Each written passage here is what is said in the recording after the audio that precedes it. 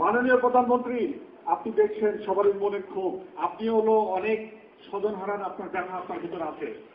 আমি একমাত্র সাক্ষী মাননীয় প্রধানমন্ত্রী, যখন আপনার সাথে মহাপরিচালক কথা বলে হাইকোর্ট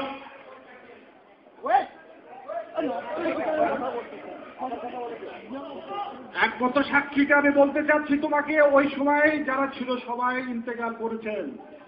মাননীয় প্রধানমন্ত্রী, আপনার সাথে যখন কথা হচ্ছিল মহাপরিচালকের, তখন উনি আপনাকে বলেছিল ম্যাডাম সম্ভবত 44 রাইফেল ব্যাটালিয়নে একদল বিদ্রোহ করেছে, রিবেল গ্রুপ, সম্ভবত আপনার সরকারকে ইমেজ নষ্ট করার জন্য এই ধরনের কাজ করেছে। আমি মাননীয় প্রধানমন্ত্রী, আমি ওখানে দাঁড়িয়ে তখন শুনলাম, এবং আমাকে সবারই, আমরা যারা উপস্থিত ছিলাম, মহাপরিচালক বললেন যে কিছুক্ষণের মধ্যেই সেনাবাহিনী চলে আসবে, আমরা অপেক্ষা করছি সেনাবাহিনীর জন্য। তার আগে আমাদের মাননীয় সেনাপ্রধানের সাথেও আমার মহাপরিচালক কথা বললেন, তখনও শুনলাম সেনাবাহিনী আসবে। কর্নেল গোলজার যেহেতু র্যাব থেকে এসেছিল, সে তার নিজস্ব চ্যানেলে ডিজি র্যাব থেকে শুরু করে সবারই সাথে কথা বলেছে। আমার সাথে ডিওমোর সরাসরি কথা হয়েছে। ডিওমো আমাকে বলছে জানান 46 ব্রিগেড থেকে 2টা ব্যাটালিয়ন মুভ করছে, যা সে একটু অপেক্ষা করো। যদি তখন আপনি সেনাবাহিনী পাঠাতেন, র্যাব পাঠাতেন, আবার আপনার বন্ধুরা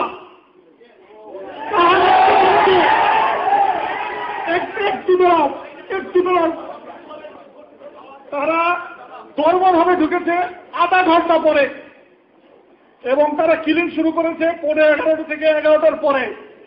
তার আগে কাউকে মানে নাই। কিন্তু যদি র্যাব সেনাবাহিনী এই এখান থেকে এইটুকু যদি 1 ঘন্টার মধ্যে ঢুকতে না পারে, সেই সেনাবাহিনী আমাদের দরকার নাই, দরকার নেই আমাদের। আমরা অসহায়ের মতো ওখানে বসে আছি, সবাইকে বলা হচ্ছে, সবাই আমাকে বলছে আসছে আসছে, কেউ আসলো না।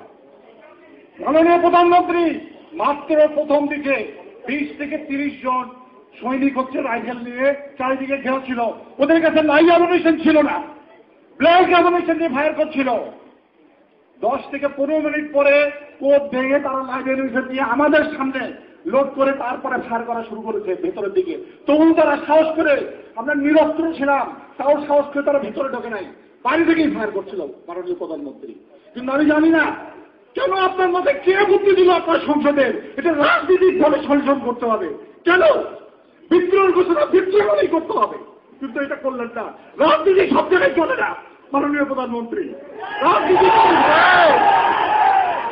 খবর যদি ইচ্ছে আমার সেনাবাহিনী কোথাও আমাদের একটা ট্রেন পাঠাতো, অথবা একটা যদি আমাদের কমান্ডো বাহিনী একটা ল্যাটনও যদি যেত, ওরা পিপিলিকের মতো পাঠিয়ে যেত, কিন্তু কেউ গেল না। অসহায়ের মতো আমার অফিসার গুলো সব মেরে ফেললো, সব মেরে ফেললো। আপনি অনেক চেষ্টা করতে পারলেন না, চেষ্টা করতে পারলেন না। মাননীয় প্রধানমন্ত্রী, আপনি যদি সর্বোচ্চ আসনে থেকে কাউকে যদি সাহায্য না করতে পারেন, তাহলে আমাদের ইংলিশ স্টেশনের দরকার কেন? দিয়ে দেন অন্য দেশকে লিড, দেশ না করতে পারি।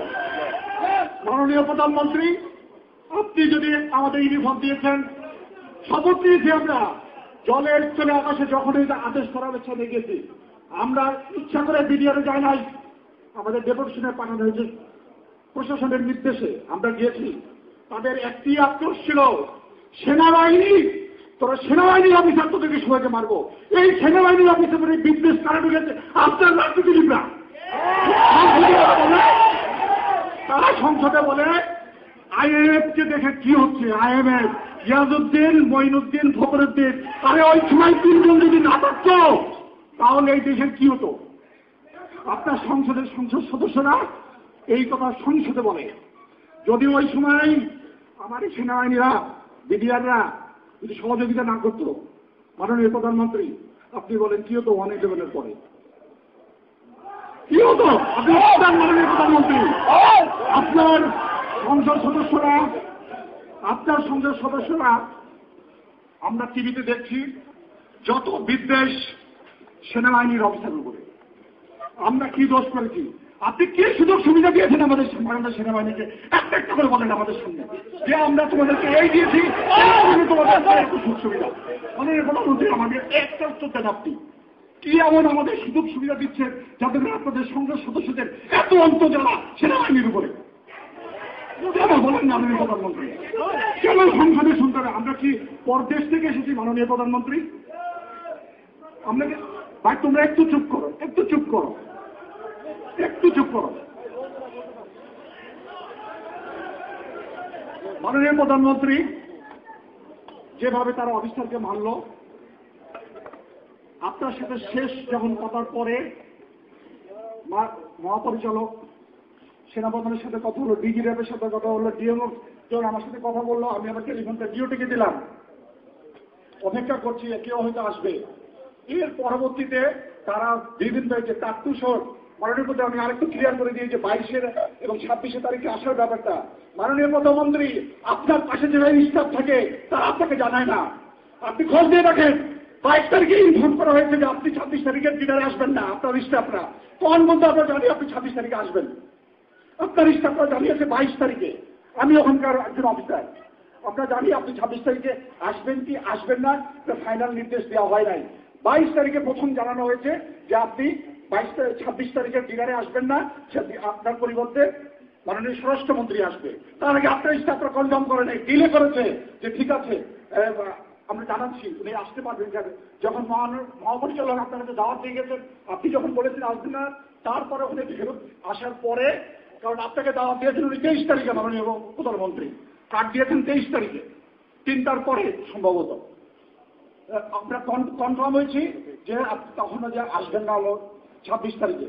এবং আমি আপনাকে বলছি মাননীয় প্রধানমন্ত্রী, আমি 2 বছরের বেশি পিলখানায় চাকরি করছি। যারা রিবেল করেছে এরা কিছু সংখ্যক সৈনিক ঢাকা সেক্টরের পরে মিলেছে। প্রথম দিকের সমস্ত সৈনিক কাকতুস হতে যে 2200 সৈনিক সংযুক্ত হয়েছিল বিভিন্ন ইউনিট থেকে, তারাই প্রাথমিক পর্যায়ে জড়িত ছিল এবং তাদেরকে কারা উস্কানি দিয়েছে আমি ঠিক জানি না, যেহেতু আমি ওই সময় ওর ভেতর ছিলাম, বাইরে যারা ছিল তারা হয়তো জানে। কিন্তু আমি বলছি মাননীয় প্রধানমন্ত্রী, আমি ওখান থেকে শুনেছি নিউ মার্কেটের গেটে রীতিমতো সিভিল জনতা মিছিল করেছে। আমরা ওখান থেকে শুনতে পারতেছি, বলতেছে জনগণ আমাদের সাথে হাত মিলিয়েছে, মাইকে ঘোষণা করতেছে আপনারা চিন্তা করেন না, জনগণ আছে আমাদের সাথে, আপনারা আপনাদের মনোবল করেন। এইভাবে মাইকের ভেতরে বারবার ঘোষণা করা হচ্ছিল। এই সিভিল কারা যাদের এত বড় সেনাবাহিনীর প্রতি তাদের এত বিদ্বেষ, এটা বের করতে হবে মাননীয় প্রধানমন্ত্রী। কারা এরা? কোন গ্রুপ? এখন আমার সেনাবাহিনীকে ধ্বংস করার জন্য আবার এক পর্যন্ত শুরু করেছে। এরা কারা মাননীয় প্রধানমন্ত্রী? বের করতে হবে আপনাকে। আর আপনার আশেপাশে যারা আছে এদের কথা বিশ্বাস করবেন না। এই যারা গার্ড আছে আপনার পিছনে, এরাকে পারবে না আপনার কি সাহস কি আছে পারিয়ে। আমি নিজেই সাক্ষী, তাই মানছি যারা আমাদের কাছে ছিল। কাউকে বিশ্বাস করবেন না আপনি, যারা আপনার আশেপাশে আছে।